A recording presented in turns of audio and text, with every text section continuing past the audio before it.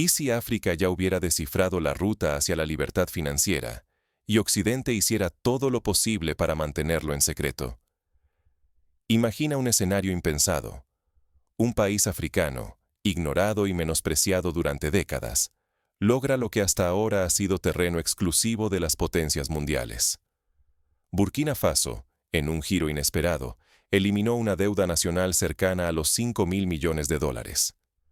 No hubo préstamos del Fondo Monetario Internacional, ni rescates de organismos extranjeros, ni pactos impuestos desde fuera. ¿Quién orquestó semejante rebelión contra las reglas globales? Ibrahim Traoré, un presidente que desafió la tradición, apostó por la autosuficiencia total y la confianza en su gente. Decidió enfrentar el sistema internacional sin miedo, creyendo en la riqueza de su propio país y el valor de su pueblo. Mientras otros gobiernos se resignan a vivir bajo la sombra de los prestamistas, Burkina Faso cambió el juego y rompió el molde. Este acto no solo desafía a las potencias externas, sino que también desmantela mitos internos sobre lo que África puede lograr por sí sola. Lo que parecía un sueño imposible ahora es una realidad palpable. Independencia financiera, sin hilos invisibles ni deudas perpetuas. Pero esto va mucho más allá de una simple victoria económica. Es el nacimiento de un nuevo paradigma africano, una señal de que el continente puede liberarse del yugo de la dependencia y forjar su propio destino. Aquí no solo está en riesgo el dinero, están en juego el orgullo nacional, la dignidad y el derecho a imaginar un futuro propio, libre de ataduras extranjeras. ¿Cómo fue posible semejante hazaña sin ayuda externa? ¿Y qué riesgos enfrentó Burkina Faso al desafiar a los poderes globales? El verdadero secreto está en el inicio de una revolución silenciosa. Durante décadas, la deuda fue una cadena invisible que ataba a Burkina Faso. Pero, ¿cómo se forjó ese lazo aparentemente irrompible que asfixiaba al país? Para comprenderlo, hay que mirar atrás. Burkina Faso, marcado por siglos de explotación extranjera, siempre tuvo pocas rutas de salida. Exportaciones limitadas, infraestructuras precarias y un saqueo sistemático de sus verdaderas riquezas. El golpe final llegó con los préstamos del Fondo Monetario Internacional y el Banco Mundial. Esos créditos, lejos de ser una salvación, venían cargados de condiciones severas. Eran reglas impuestas que reducían al mínimo la soberanía burkinesa y obligaban a seguir dictados ajenos.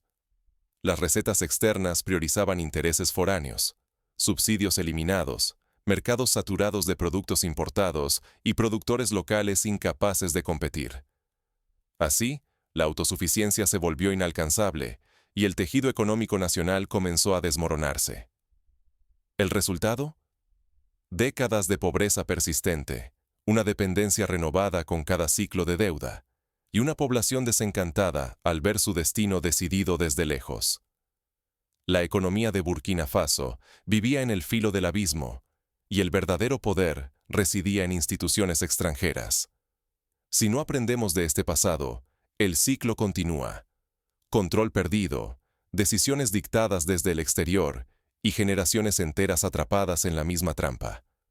Pero justo cuando todo parecía condenado a repetirse, la historia de Burkina Faso tomó un giro inesperado. Ibrahim Traoré irrumpió en la escena con una visión radical. Su liderazgo desafiaría todo lo que se creía posible en materia de soberanía financiera. Frente a una deuda descomunal y tiempo limitado, ¿quedaba alguna salida digna? Ibrahim Traoré eligió rebelarse y arrastró a toda Burkina Faso hacia el mayor pulso de su historia. La primera jugada fue tajante. Rechazar cualquier ayuda externa, ni un solo dólar de préstamos del Fondo Monetario Internacional o de potencias occidentales. Traoré sabía que cada préstamo era una cadena nueva, un ciclo de dependencia sin fin. En vez de buscar rescate afuera, miró bajo sus pies. Las minas de Burkina Faso rebosaban oro, pero los contratos beneficiaban a multinacionales. Traoré fue claro: renegociación total. El oro debía levantar escuelas, hospitales y caminos para el pueblo, no engordar cuentas en el extranjero. La medida fue valiente y arriesgada. Ordenó cerrar minas ilegales que drenaban millones y formalizó el trabajo de pequeños mineros, dándoles derechos, seguridad y mejores ingresos. Así, el Estado recuperó el control y devolvió esperanza a miles de familias que vivían en la sombra. El combate se trasladó a las finanzas públicas. Trollrey impuso una disciplina fiscal inédita. Adiós a gastos superfluos, auditorías abiertas, y por primera vez, la austeridad empezó por la élite política. Nadie por encima de la patria, nadie con privilegios mientras el país luchaba por su dignidad. La corrupción era la amenaza mortal. Trollrey creó agencias independientes y endureció controles.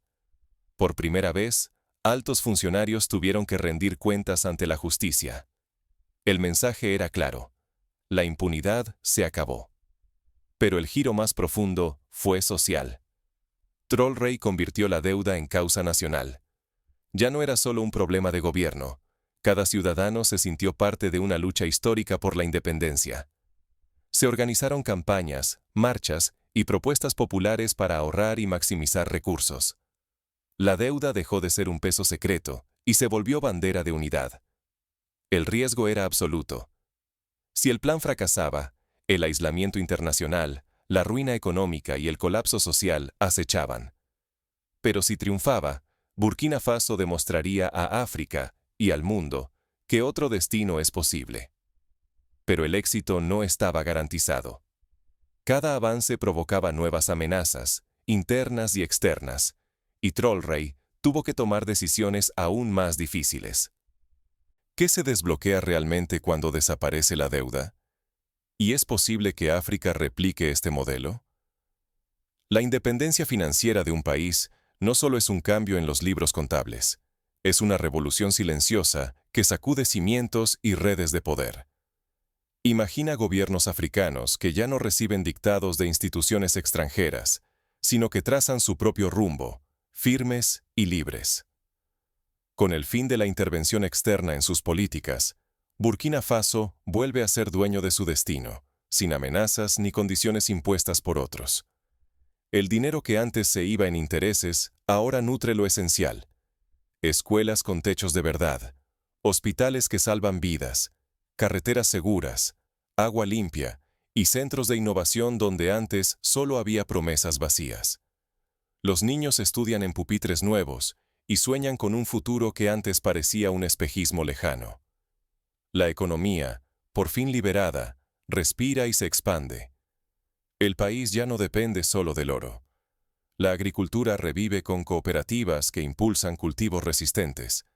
La industria local recibe inversiones, y la energía solar empieza a brillar más allá de las ciudades, aprovechando el sol implacable del Sahel. Cada iniciativa genera empleos, protege los recursos y reduce la necesidad de importar combustibles caros. La sociedad se transforma. La gente deja de esperar milagros y empieza a construir soluciones. Nacen cooperativas que reúnen fondos para electrificar aldeas. Se emiten bonos nacionales para mejorar carreteras y miles de familias invierten juntas, compartiendo riesgos y logros. El protagonismo ciudadano reemplaza el conformismo. Nada de esto pasa desapercibido. Activistas y líderes de toda África observan cada paso de Burkina Faso, analizan sus aciertos y tropiezos. Esta nación se convierte en laboratorio y faro, demostrando que la emancipación económica es una meta real, no una ilusión lejana.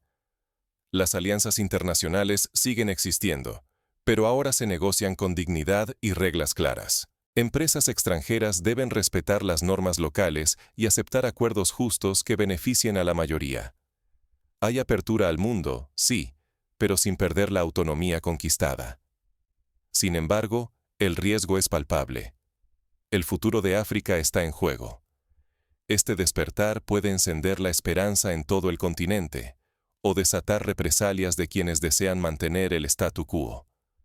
El aislamiento es una amenaza real, igual que la tentación de caer en antiguas trampas de dependencia. Por eso, cada avance debe protegerse como un tesoro frágil. La pregunta crucial: ¿cómo pueden otros países seguir este camino sin tropezar con los mismos peligros? Aquí emergen las lecciones prácticas, las herramientas y estrategias que pueden guiar a una nueva generación de líderes africanos decididos a romper cadenas. Pero antes de detallar ese mapa, veamos el precio oculto de la independencia, los desafíos inesperados que enfrentó Burkina Faso y cómo lograron superarlos. Porque toda revolución, incluso la financiera, tiene sus pruebas. ¿Qué puede enseñarnos la revolución de Burkina Faso, a ti, a tu comunidad, a tu país? La primera lección es tomar las riendas de los recursos naturales. En Burkina Faso, los contratos mineros se renegociaron hasta que el oro comenzó, por fin, a beneficiar a la gente local. Este principio puede revolucionar cualquier nación. Los recursos deben impulsar el desarrollo interno, nunca ser solo el botín de intereses externos. La segunda clave: transparencia total. El gobierno de Ibrahim Traoré instauró auditorías estrictas y cuentas públicas, con tolerancia cero frente a la corrupción. Cuando los fondos se gestionan a la vista de todos, la confianza crece y los abusos pierden terreno. Tercera lección: unidad social y movilización. La población burkinesa se convirtió en protagonista de su destino. Cuando una sociedad se une y entiende que cada persona es parte de la solución, el cambio colectivo se vuelve imparable. Esta unión fue esencial para resistir presiones internacionales y sostener el rumbo propio. Cuarto, diversificación económica. Burkina Faso no se conformó con depender del oro. Apostó por la agricultura, la manufactura y las energías renovables, protegiendo su economía ante crisis o caídas del precio de una sola materia prima. Una advertencia universal: nunca pongas todos los huevos en una sola canasta. El liderazgo basado en principios transforma realidades. Traoré fue valiente para desafiar modelos impuestos, humilde para escuchar a su pueblo y disciplinado para ejecutar reformas pese a la adversidad. Liderar es servir al bien común, no solo ejercer poder. Y finalmente, negociar desde la dignidad y la soberanía. Burkina Faso no se aisló, pero exigió que cualquier acuerdo respetara sus derechos e intereses. Esta postura permite cooperar sin perder la esencia ni aceptar condiciones abusivas. Ignorar estas claves perpetúa la dependencia y el estancamiento. Pero aplicarlas, aunque implique riesgos y sacrificios, puede cambiar el destino de un país, incluso de un continente. Si una nación tan pequeña y golpeada como Burkina Faso lo logró, ¿qué te impide a ti, a tu comunidad, a tu generación intentarlo?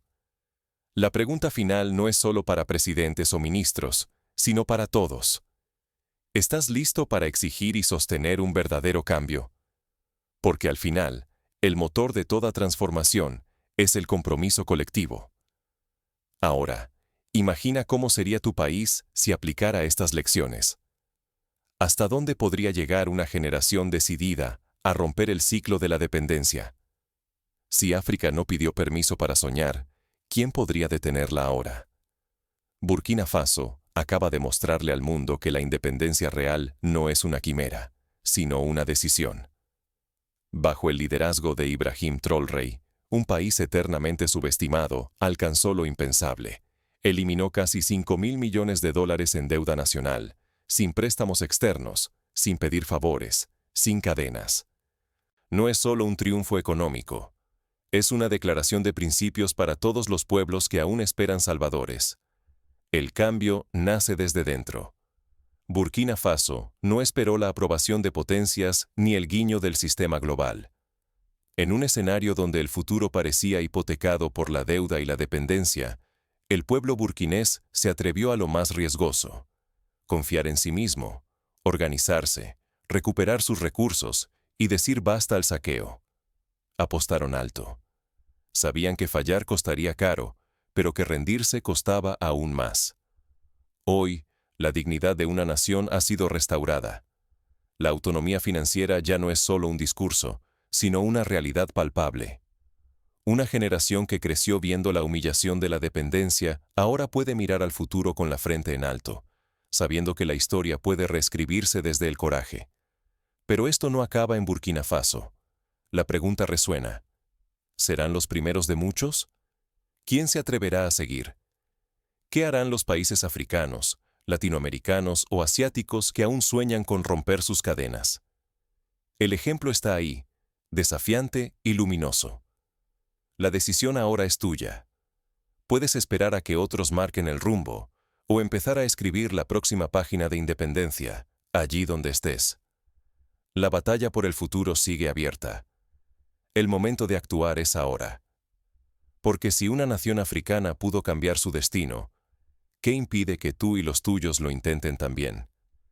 Pero para entender la magnitud histórica de este logro, hace falta sumergirse en los detalles, paralelos históricos y ejemplos concretos que dan forma a una verdadera revolución.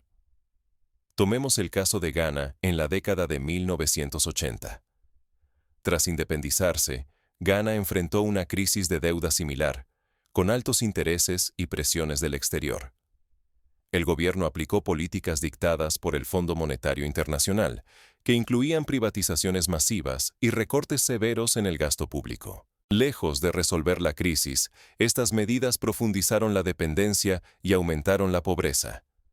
Décadas después, Ghana aún lucha por romper el círculo vicioso de la deuda. Este ejemplo demuestra que seguir recetas externas rara vez funciona a favor de los países menos favorecidos.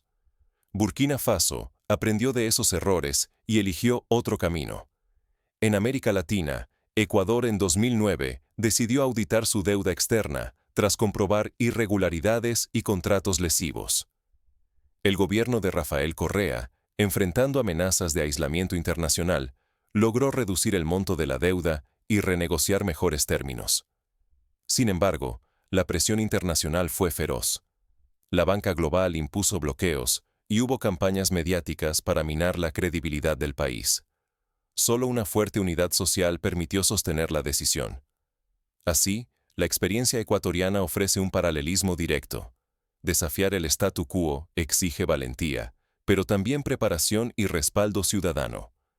Regresando a África, recordemos que en el siglo XX, muchos países quedaron atrapados en la trampa de la deuda tras la independencia. Nigeria, por ejemplo, gastó miles de millones en pagar intereses, mientras los hospitales y escuelas se deterioraban. En 2006, tras años de presión social y negociación, Nigeria logró que el Club de París le perdonara parte de la deuda. Pero el precio fue alto. Tuvo que privatizar industrias estratégicas y abrir sus mercados a bienes extranjeros, sacrificando parte de su soberanía económica. Burkina Faso, al evitar las condiciones externas, protegió su autonomía. Ahora, ¿cómo traduce Burkina Faso estas lecciones en acciones concretas? Primero, la renegociación de los contratos mineros fue radical.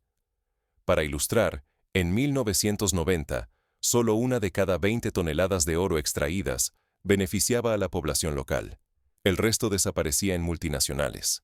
Bajo Trollrey, el nuevo acuerdo aseguró que la mitad de toda la producción de oro fuera reinvertida en infraestructuras y programas sociales. Esto permitió financiar la construcción de 200 hospitales rurales y la ampliación de la red eléctrica a más de 500 comunidades. En el ámbito educativo, el gobierno implementó un sistema de becas nacionales. Antes, solo 1 de cada 100 niños tenía acceso a educación secundaria gratuita. A partir de 2023, el número creció a 1 de cada 5, gracias a los nuevos ingresos estatales. Además, se crearon escuelas técnicas donde jóvenes aprenden oficios vinculados a la minería responsable, la agricultura y las energías renovables. En cuanto a la agricultura, Burkina Faso apostó por la diversificación. Inspirándose en el modelo de cooperativas de Kenia, se crearon asociaciones campesinas que ahora cultivan algodón, mijo y sorgo, además de hortalizas para el mercado interno. El resultado: la producción local de alimentos aumentó en un 30% en solo 2 años, reduciendo la dependencia de importaciones y fortaleciendo la seguridad alimentaria. Para combatir la corrupción, se establecieron mecanismos de denuncia anónima y un portal digital de transparencia, donde cada ciudadano puede consultar los presupuestos y contratos públicos. Como resultado, en el primer año de funcionamiento, se detectaron y sancionaron a más de 200 funcionarios corruptos, enviando un mensaje claro de que la ley se aplica para todos. El proceso de movilización social fue igualmente innovador.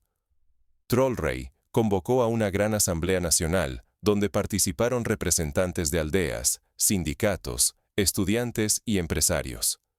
Juntos, definieron metas prioritarias y crearon un fondo solidario nacional. Cada ciudadano, según sus posibilidades, aportó tiempo, dinero o recursos materiales. Esta participación masiva no solo ayudó a pagar la deuda, sino que reforzó el sentido de pertenencia y unidad. Los riesgos, sin embargo, no desaparecieron.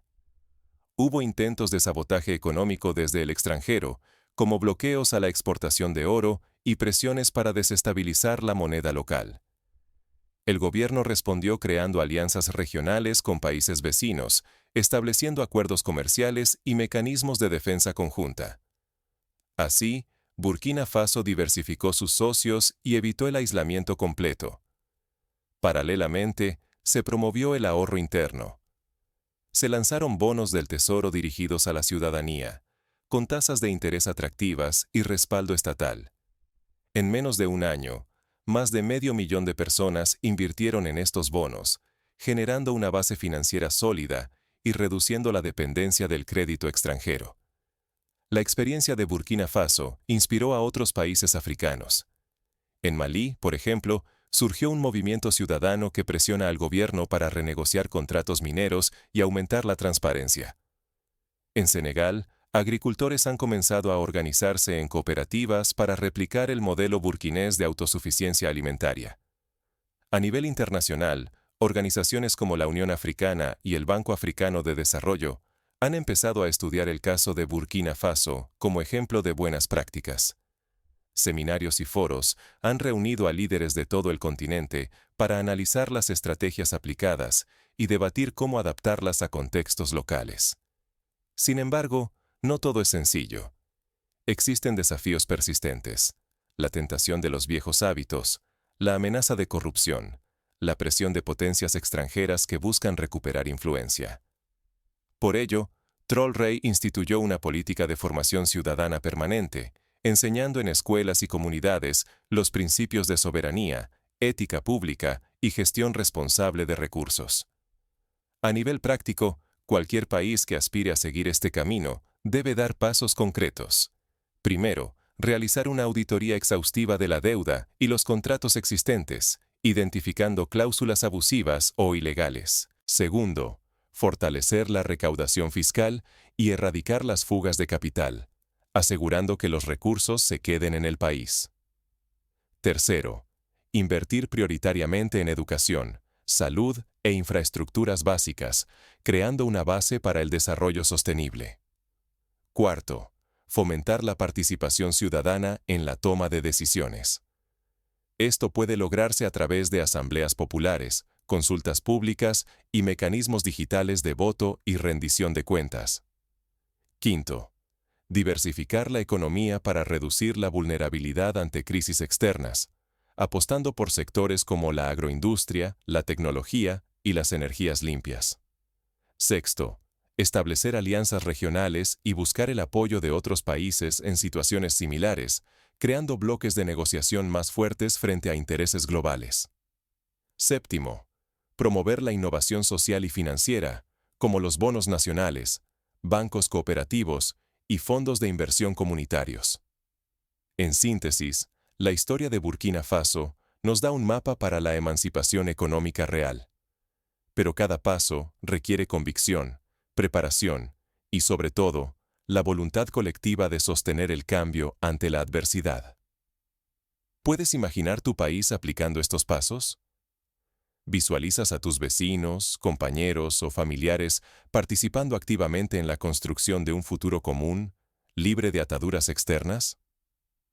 Pensemos en un escenario hipotético. Un país latinoamericano, por ejemplo, decide seguir este modelo. El gobierno convoca una consulta popular sobre la deuda externa y crea una comisión ciudadana para auditar los contratos mineros y energéticos. Se renegocian tarifas eléctricas para que el precio baje y los ahorros se destinan a becas escolares y hospitales rurales. Al cabo de 5 años, el país logra reducir su deuda en un 40% y la pobreza infantil cae a la mitad. Este caso ficticio, aunque basado en posibilidades reales, demuestra el impacto transformador de la acción colectiva y la gestión soberana.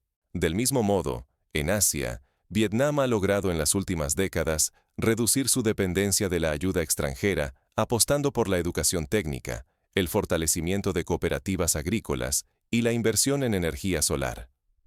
Aunque el contexto es distinto, el principio es el mismo: aprovechar los recursos propios, fomentar la unidad social y negociar con dignidad.